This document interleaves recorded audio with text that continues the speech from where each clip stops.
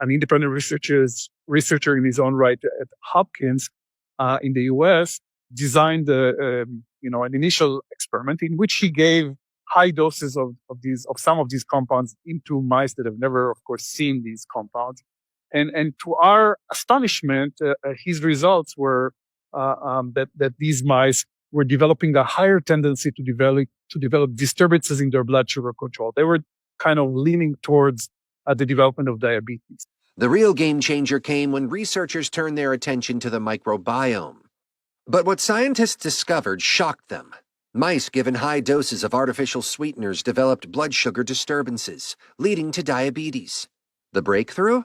The microbiome was playing a significant role in this process.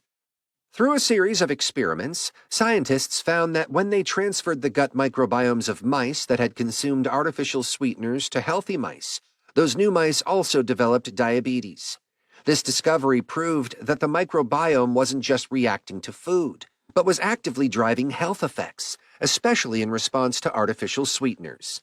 Which is the human part and the microbial part put together and communicate with each other. And once you do that, some of the ground truth that we believed for many decades, for example, that the artificial sweeteners cannot be digested by the human side of this holobiont, are in fact digestible by our microbiome. This revelation sparked a shift in the way we approach nutrition.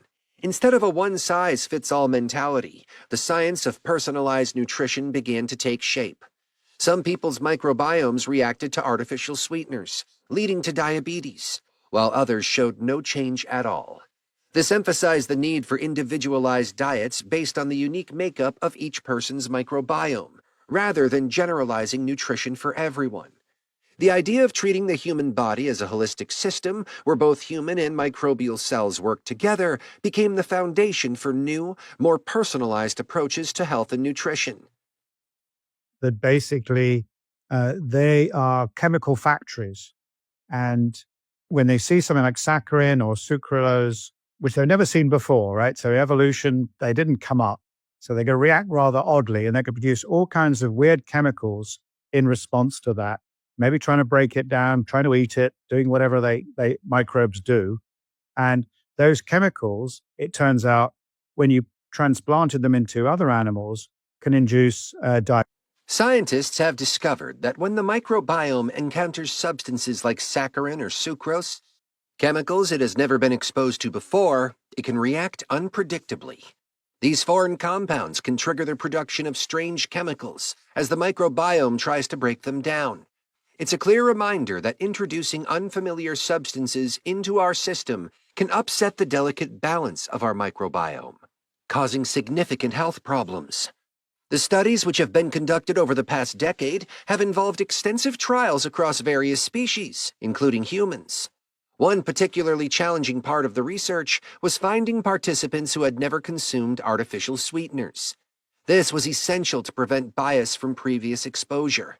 Eventually, after screening over 1,000 individuals, researchers were able to recruit 120 participants who were then randomized into groups, each consuming one of 4 common artificial sweeteners: saccharin, sucralose, aspartame, or stevia.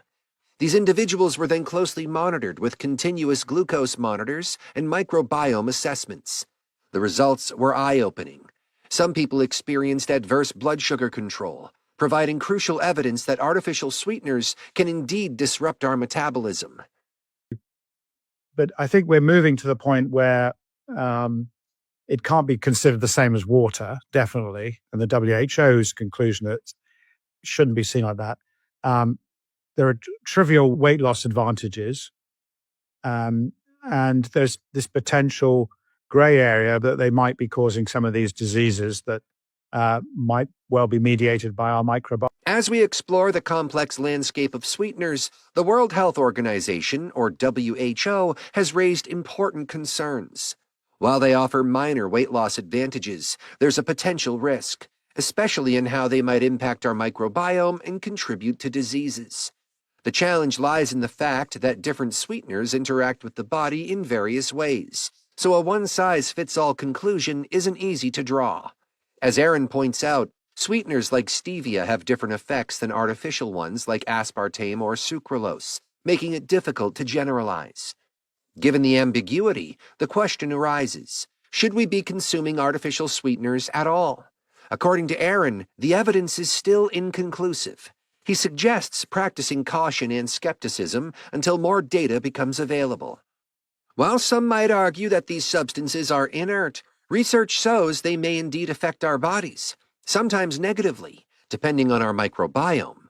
Therefore, Aaron's advice is clear. Avoid both sugar and artificial sweeteners as much as possible, and stick to water whenever you can. If you really enjoy those drinks, you have them as a treat, but you don't have it as a staple. I think that's a sensible thing. But I think the other big issue here is on hidden chemicals in food. Tim adds a crucial point. It's not about fearing sweeteners entirely, but rather reducing their consumption to a healthy level. The key is moderation. So while one can of soda a week won't likely cause harm, daily consumption could be an issue, especially if it's combined with other sweeteners and hidden chemicals in packaged foods. Tim's suggestion is to look out for foods with multiple sweeteners, as they are often processed and have a poor nutritional profile. If you're still craving that sweetness, try switching to healthier alternatives like herbal teas or kombucha. These can ease the transition from sugary drinks to more nutritious options. As we conclude this eye-opening conversation, it's clear that when it comes to sweeteners, the key is moderation and mindfulness. By understanding the role our microbiomes play and being aware of how sweeteners affect our bodies, we can make more informed choices. The journey towards better health doesn't mean completely eliminating all sweet treats, but rather finding a balanced approach that works for you. So take the time to experiment with alternatives. Cut back on those hidden sugars. And always remember that the power to make healthier choices is in your hands.